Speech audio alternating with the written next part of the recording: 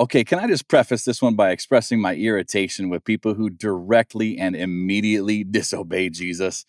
I'm going to give you the scripture, and you're going to see exactly what I mean. Not that these guys did.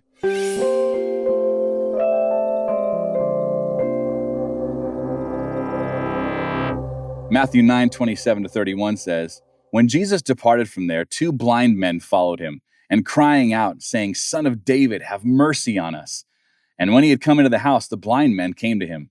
And Jesus said to them, 'Do you believe that I'm able to do this?' They said to him, 'Yes, Lord.' Then he touched their eyes, saying, 'According to your faith, let it be to you.' And their eyes were opened. And Jesus sternly warned them, saying, 'See that no one knows it.' But when they had departed, they spread the news about him in all that country."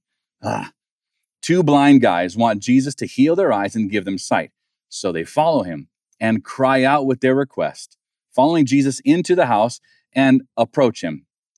Jesus asks about their faith. "Do you believe that I'm able to do this?" They say yes and call him Lord, which incidentally means master, owner, controller, decision maker.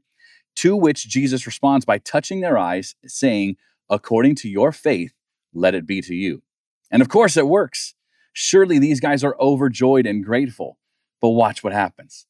Jesus sternly warns them with a very clear directive. See that no one knows about it. See what Jesus did there? Formerly blind men, he tells, see that no one knows about it. Anyway, the reading would indicate that they wasted no time in disobeying and dishonoring Jesus in this, because as soon as they left Jesus, they spread the news about him throughout the entire country. What? Yeah, people don't always do what they're told, even by their supposed Lord, the one who just healed their eyes, whatever.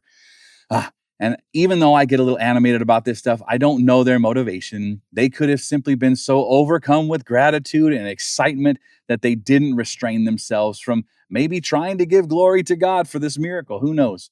But what I do know is that they did not obey Jesus, and he was clear. And during this time, we see him over and over tell those that he's done miracles for, say nothing, tell nobody. And it's staggering to see the number of people who disregard his instruction. It's likely that their casual disregard for his instruction cost him, as he was constricted from entering towns now because his so-called fame was spreading. Thanks a lot, guys. See, what do we learn here? How do we know what we can do in enacting these same miracles? When people approach you, really the Jesus in you, ask them about their faith, who they're putting their faith in, and if they truly believe that Jesus can, wants to, and will do the miracle.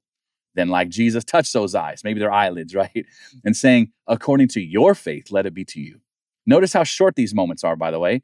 This one's 9 words long. The last miracle was only 1 word. Let's speak and move like Jesus.